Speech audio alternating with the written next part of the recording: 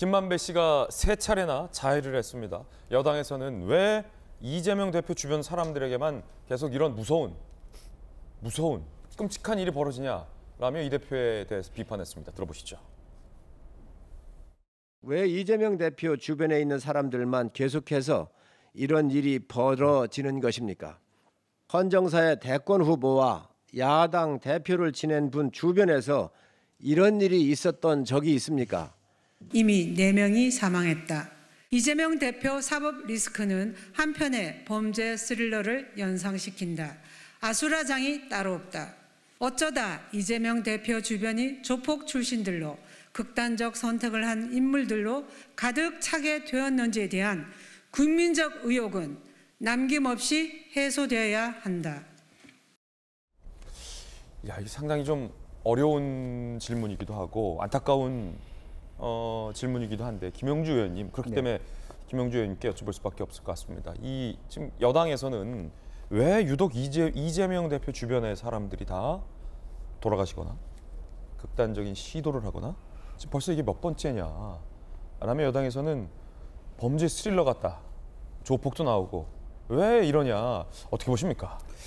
글쎄요, 이제 그동안에 여러 가지 어떤 이 사건이 진행되는 과정에서 일어난 일들 또 검찰 수사에서 드러난 것으로 봐서는 지금 여당이 지적하는 부분에 대해서 일리가 있다고 보여집니다. 그러니까 조폭도 연루돼 있고 뭐 국제판이 뭐니 또 스스로 유명을 달리하신 분들도 있고 또 여러 가지 어떤 정말 주변 사람들이 느끼기에도 끔찍스러운 일들이 많은데 고 김문기 씨 같은 경우도 그렇지 않습니까? 대표적으로. 그런 부분이 있는데 이번의 경우는 좀 결이 좀 다른 것 같아요. 이건 마치 좀 자해 소동을 한 것, 즉 극단적 선택이라기보다는 어떤 자기의 어떤 신경을 저런 식으로, 그러니까 뭐 여러 차례 이렇게 자해했다라고 하는 것은 한편으로 보면 김만배 씨가 유약하다고도 보여질 수 있는 그런 부분이 있고요.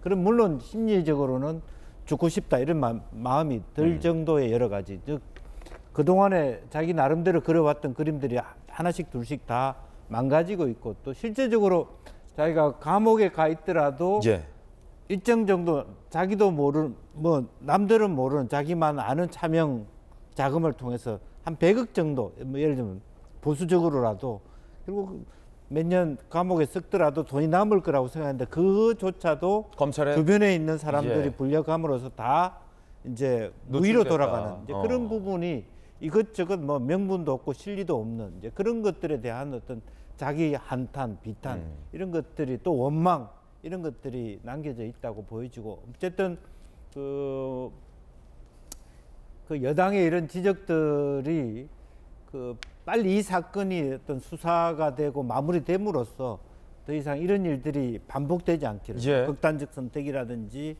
또 주변에서 이런 어떤 위협이라든지 린치 이런 용어가 나오지 않도록 범죄 스릴러 이런 용어가 나오지 않도록 빨리 빠른 어떤 수사 결과의 종결 또 빠른 재판의 결론 이런 것들이 나기를 바랍니다.